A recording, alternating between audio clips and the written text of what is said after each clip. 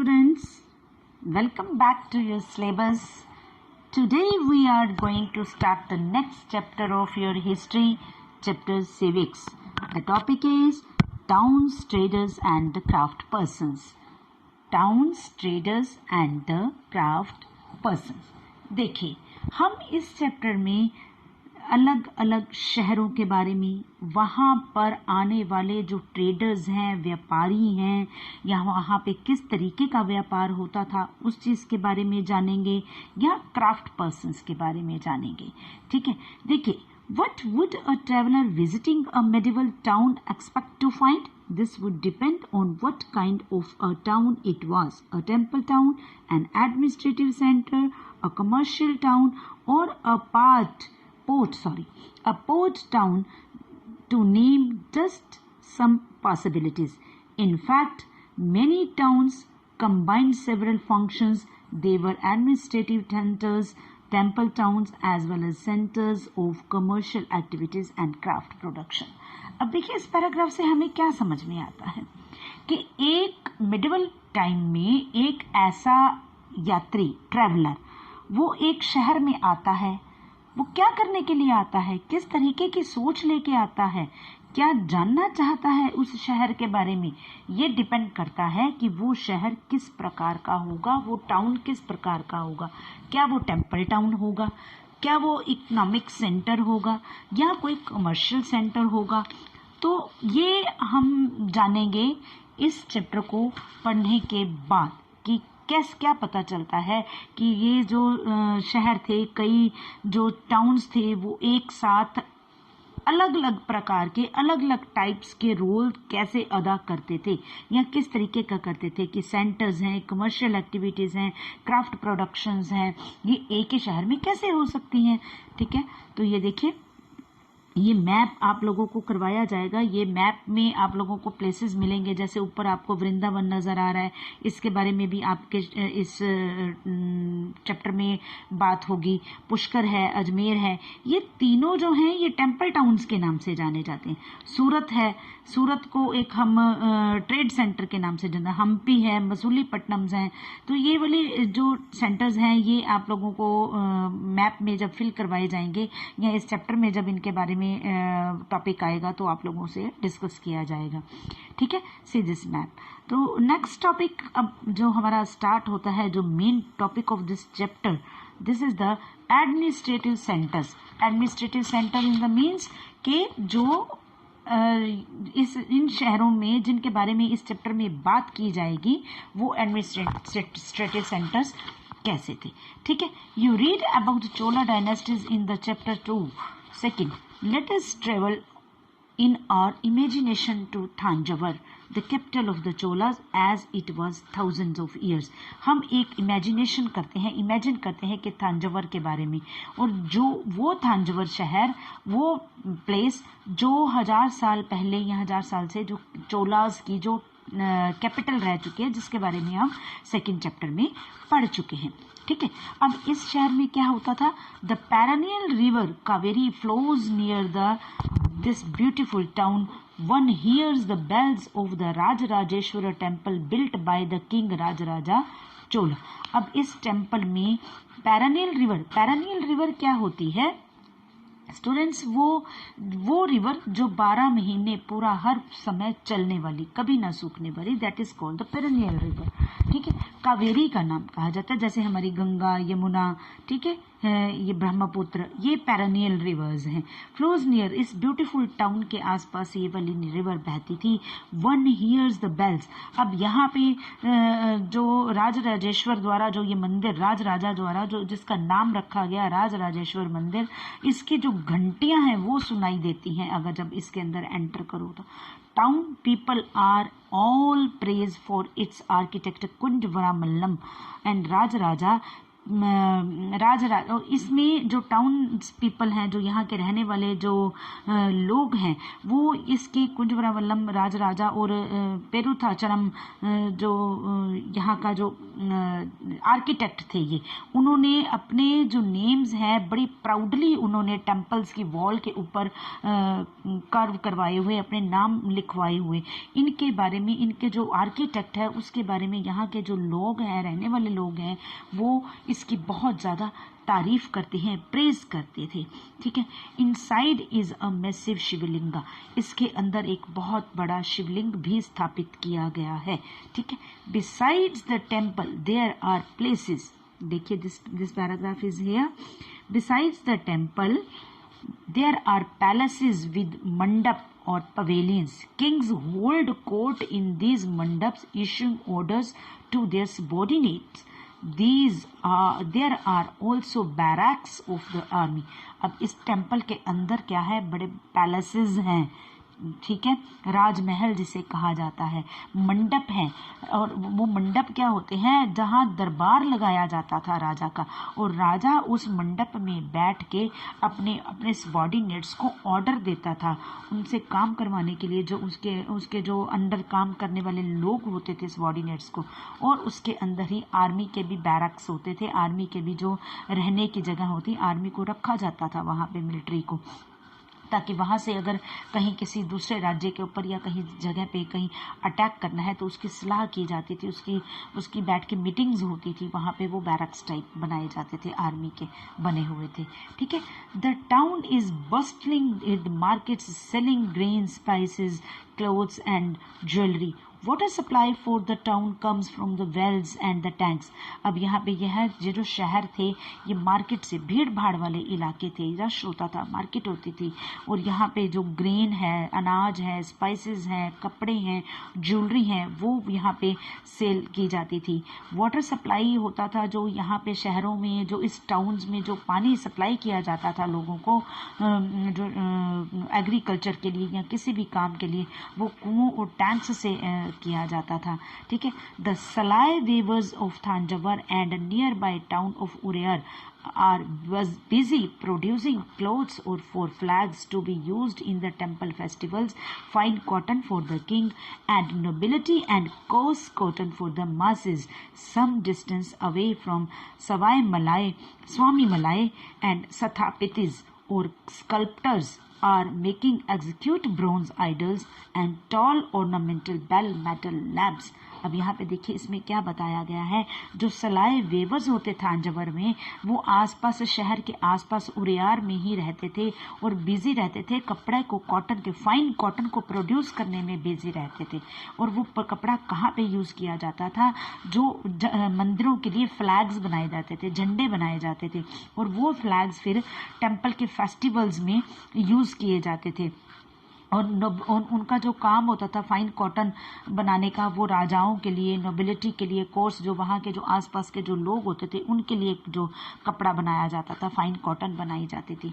Some distance, अब कई क्या होता था कि सम डिस्टेंस, कई जो ऐसे स्वामी मलाई और स्थापित स्कल्पर्स जो थे, मूर्तिकार, स्कल्प्टर्स होते हैं जो मूर्तियाँ बनाती हैं, वो ब्रॉन्ज की बहुत सुंदर सुंदर मूर्तियाँ बनाते थे। ब्रॉन्ज जो होता है वो कांस्य टाइप का होता है, तांबे टाइप का होता है। ठीक है। उसके लंबे लंबे जो दीपक बनाए जाते हैं, ऑर्नामेंटल बेल्स बनाई जाती हैं, लैंप बनाए जाते हैं, वो बनाते थे। ठीक है। आगे नेक्स्ट टॉपिक है the temple towns and pilgrimage centres. Temple towns यानी कि मंदिरों के नगर, और पिलग्रिमेज सेंटर यानी कि तीर्थ स्थान। जैसे हम तीर्थ स्थानों पे घूमने के लिए जाते हैं ना, हरिद्वार है, वृंदावन है, गुजरात द्वारका जी है, या हम और भी कई ऐसे प्लेसेस हैं, उनको हम पिलग्रिमेज सेंटर्स के नाम से जानते हैं। तो उस समय जो मेन एक था, Thanjavur is also an example of temple town. Thanjavur एक टेम्पल टाउन के नाम से भी जाना जाता था, एक बहुत अच्छा उदाहरण माना जाता है इसे। Temple towns represent a very important pattern of urbanisation.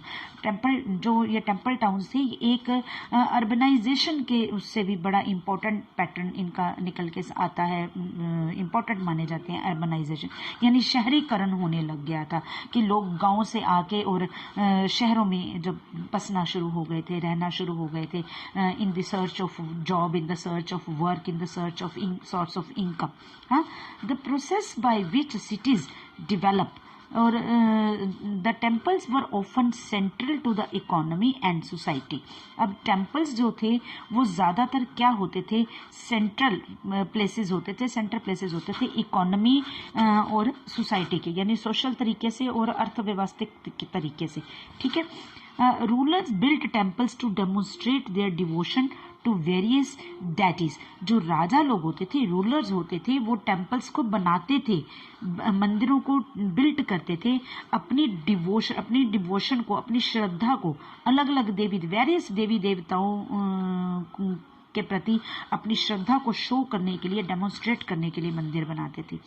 They also endowed temples with grants of land and money to carry out elaborate rituals, feed pilgrims and prides and celebrate festivals. Pilgrims who flocked to the temples also made donations. अब ये लोग क्या करते थे, मंदिरों को दान देते थे, भूमि यानी जमीन भी दान में देते थे, पैसा दान में देते थे, ताकि जो पैसा उनको दिया जाए वो रिचुअल्स यानी धार्मिक जो प्रोग्राम्स किए जाते हैं उनको इलेबोरेट करने के लिए, उनको सेलिब्रेट करने के लिए. और जो पिलग्रिम्स आते थे, तीर्थ यात्री आते थे, या प्राइस होते थे, पुजारी लोग जो होते थे वो, या जो फेस्टिवल्स सेलिब्रेट किए जाते थे उसमें वो पैसा यूज हो सके, उसको आसानी से इजिली किया जा सके. Pilgrims who flocked to the temples. जो पिलग्रिम्स आते थे, तीर्थ यात्री जो आते थे, दर्शन करने के लिए आते थे, वो भी मंदिरों को डोनेशंस देते थे. ठीक है. नेक्स्ट देखिए, ये देखिए, ये एक आपको पिक्चर नजर आ रही है जिसके ऊपर आपने देखा कि शेषनाग के ऊपर भगवान कृष्ण जी को शो किया गया है. ये ब्रॉन्ज मेटल की ये एक मूर्ति बनाई गई है. तो ये कैसे बनाई गई है, इसका ये सारा तरीका यहाँ पे लॉस्ट वैक्स टेक्निक इसको कहा जाता है. जैसे बनाई जाती है लॉस्ट वैक्स टेक्निक, क्या होती थी कि ये एक मोम, जिसे वैक्स बोला जाता है, मोम को ये पिघला के उसका आकार बना दिया जाता था, एक मूर्ति का आकार उसको बना देते थे, शेप दे देते थे मूर्ति की. अब उस शेप को, मोम की शेप के ऊपर इन्होंने क्या करना है, क्ले, मिट्टी से उसको ढक देते थे उसी शेप में. ठीक है. अब उसके अंदर क्या किया जाता था, जो मिट्टी का जो शेप ऊपर दी गई है, मिट्टी उसके ऊपर चिपकाई गई है, उसके बीच में एक होल कर दिया जाता था नीचे की तरफ छोटा सा, और फिर उसको जब मिट्टी समेत उसको जब वो पक जाता था, सूख जाता था, तो वो अलग शेप, उसी मूर्ति की शेप आ जाती थी जब उसके ऊपर, तो उसको पिघला दिया जाता था वैक्स को, और वो जो होल नीचे से किया जाता था उसके नीचे से वो वैक्स जो है वो निकल के बाहर आ जाती थी. ठीक है. अब वो मिट्टी की शेप हो गई और वैक्स बाहर आ गई. अब उसी होल के जरिए वो क्या करते थे, थ्रू दिस होल वो मेटल, जिस भी मेटल की उन्होंने, ब्रॉन्ज की या किसी भी मेटल की उन्होंने जो बनानी है, उस पिघला के उस मेटल को उसी होल के थ्रू वैक्स की जगह पे उसको भर दिया जाता था. ठीक है. अब वो क्या होता था, जब वो उसके अंदर भर दिया तो वो मिट्टी की जो जैसे मान लो यही वाली मूर्ति आप देख रहे हो, यही वाली तो इसी वो मिट्टी के जरिए ही वो शेप, वो मेटल जो है वो शेप ले लेता था, मूर्ति की शेप ले लेता था. ठीक है. पिघला हुआ मेटल उसमें होल के जरिए डाल दिया, और उसके बाद मिट्टी ने एक पहले से ही वैक्स के थ्रू मूर्ति की शेप ले ली. अब वो मेटल ने मिट्टी के जरिए, क्ले के जरिए उस मूर्ति की शेप ले ली. अब उसके बाद क्या किया जाता था, उसको पकाया जाता था अच्छे से. जब वो अपनी फाइन शेप में आ जाता था तो उसके ऊपर से वो मिट्टी तोड़ के हटा दी जाती थी, तो वो नीचे से जो निकलती थी वो ब्यूटीफुल ऐसा ये स्टेच्यू निकलता था ब्रॉन्ज का, जो आपके सामने ये पे. फिर उसको पॉलिश वगैरह करके, उसको फिनिश करके, क्लीन करके, साफ करके, फिर उसको बाहर की तरफ जो है वो बेचने के लिए रख दिया जाता था. ठीक है. तो इस तरीके के जो ब्रॉन्ज के जो मूर्तियां बनती थी वहां पे, जो वहां के बनाने वाले जो कलाकार होते थे, जो आर्टिसंस होते थे, वो बनाते थे इसको. अब क्या था आगे देखिए, temple authorities used their wealth to finance trade and banking, Gradually, a large number of priest workers, artisans, traders, etc. settled near the temple to cater to its needs and those of the pilgrims.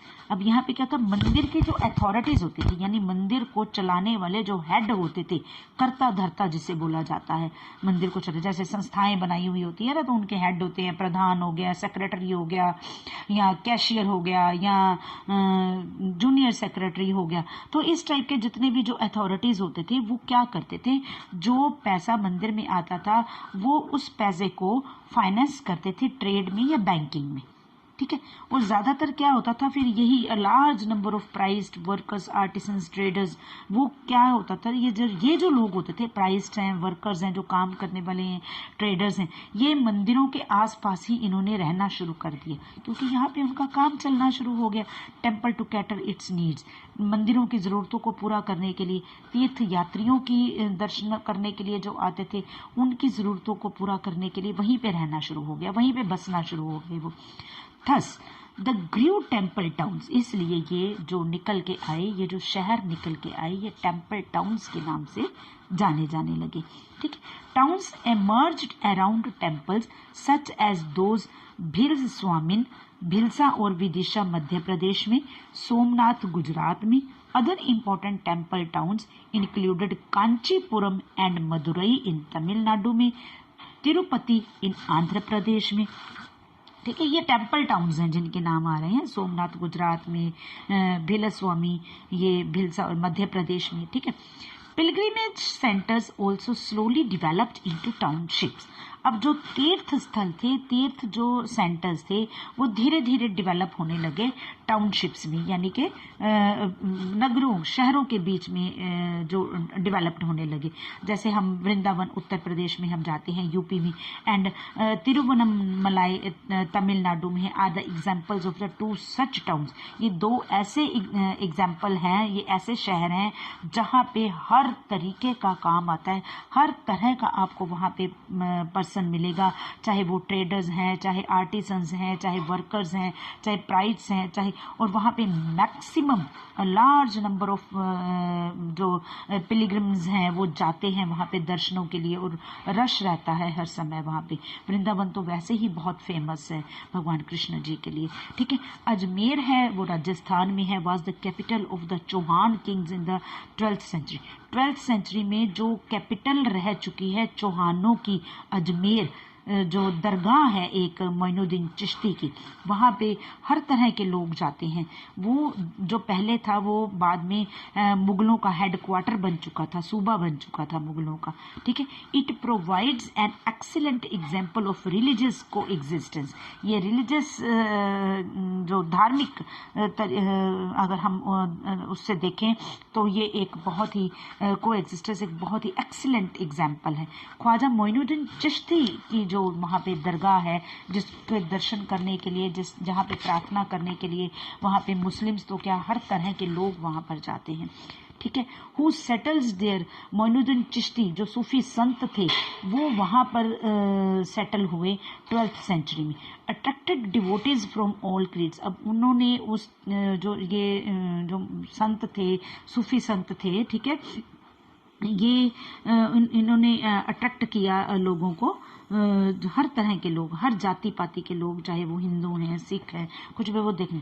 और उसी के नज़दीक ही, अजमेर के नज़दीक ही एक lake है, यहाँ उसे सरोवर कह लीजिए, जिसको पुष्कर लेक के नाम से जाना जाता है, which has attracted pilgrims from ancient times. पुराने समय से, प्राचीन समय से पुष्कर जो है वो एक रिलीजियस सेंटर्स माना जाता है, ठीक है। आई होप यहाँ तक आपको समझ में आ गया होगा। A network of small towns, the next topic is a network of small towns. अब जो बड़े टाउन्स को तो हमने देख लिया, अब स्मॉल टाउन्स कैसे निकल के आए, ये कैसे निकल के आए, ये बड़े जो लार्ज विलेजेस थे उन्हीं में से ही एमर्ज होके आए। From the 8th century onwards the subcontinent was dotted with several small towns। Subcontinent है वो छोटे छोटे गांव, टाउन्स के उस रूप में भी जाना जाने लगा। These probably emerged from large villages, ये एमर्ज हुए लार्ज विलेजेस से, ठीक है। दे यूजुअली हैड अ मंडिपिका, जैसे मंडी का है, मंडिपिका मतलब मंडी, मंडी आप लोग समझते होंगे, आप लोग समझ गए होंगे मंडी किसे कहा जाता है। वो मंडी, वो जगह जहां पर आसपास के जो विलेजर्स हैं वो अपनी प्रोडक्शन को, अपने प्रोड्यूस को, चाहे अनाज है, गेहूं है, चावल है, जीरी है, जो आजकल मंडियों का जो सिस्टम चल रहा है, सब्जी मंडी है, अपनी सब्जियां हम कह लेते हैं, वेजिटेबल्स कह सकते हैं, वो बेचने के लिए, सेल करने के लिए वहां पर आते हैं। They also had market streets, अब उनकी मार्केट स्ट्रीट्स भी होती हैं, उनके आसपास होती थी, जिन्हें हाट कहा जाता था। लेटर टाइम्स, पहले हाट कहा जाता था। लाइन में शॉप्स बनी हुई होती थी। Besides, there were streets for different kinds of artisans such as potters, oil pressers, sugar makers, toddy makers, smiths, stone masons। तो ये सारे जो पॉटर्स हो गए, ऑयल प्रेशर, तेल निकालने वाले हो गए, सोने का काम करने वाले हो गए, पत्थरों को तोड़ने वाले हो गए, ये सारे जितने भी लोग थे, इनकी भी अलग अलग गलियां होती थी, अलग अलग एरिए, स्ट्रीट्स बनी हुई होती थी, जो छोटी छोटी गलियां होती थी। While some traders lived in the town, other traveled from the town to town। अब कई जो होते थे उसी शहरों में रहते थे, उन्हीं टाउन्स में रहते थे, लेकिन कई ऐसे होते थे जो एक टाउन से दूसरे टाउन में घूमकर अपना ट्रेड चलाते थे, अपना व्यापार करते थे। Many came from far and near these towns by local articles and, और कई जो होते थे वो दूर से भी आते थे अपने सामान को बेचने के लिए और खरीदने के लिए भी आते थे, डिस्टेंट। उसमें से क्या आता था, हॉर्सेज हो गए, सॉल्ट हो गया, कैम्फर हो गया, कैम्फर यानी कि कपूर, सैफरन हो गया, केसर, betel nut and spices like pepper, betel nut यानी कि पान सुपारी, और काली मिर्च, स्पाइसेस, ये सारी चीज़ें वहाँ पे खरीदने और बेचने के लिए भी लोग आते थे, दूर से भी लोग आते थे, ठीक है। नेक्स्ट टॉपिक है, देखो इसी से रिलेटेड ही, यूजुअली असमानता। सामंत जो होते थे, जो लेटर टाइम में, पहले हम सामंत के बारे में, जमींदार के बारे में हम पहले पढ़ चुके हैं, लास्ट चैप्टर में, प्रीवियस चैप्टर्स में हम पढ़ चुके हैं।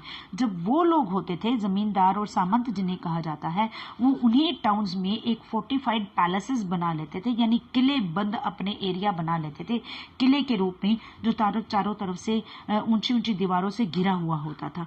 दे levied taxes on the traders, artisans and articles of trade and sometimes donated the right to collect these taxes to local temples।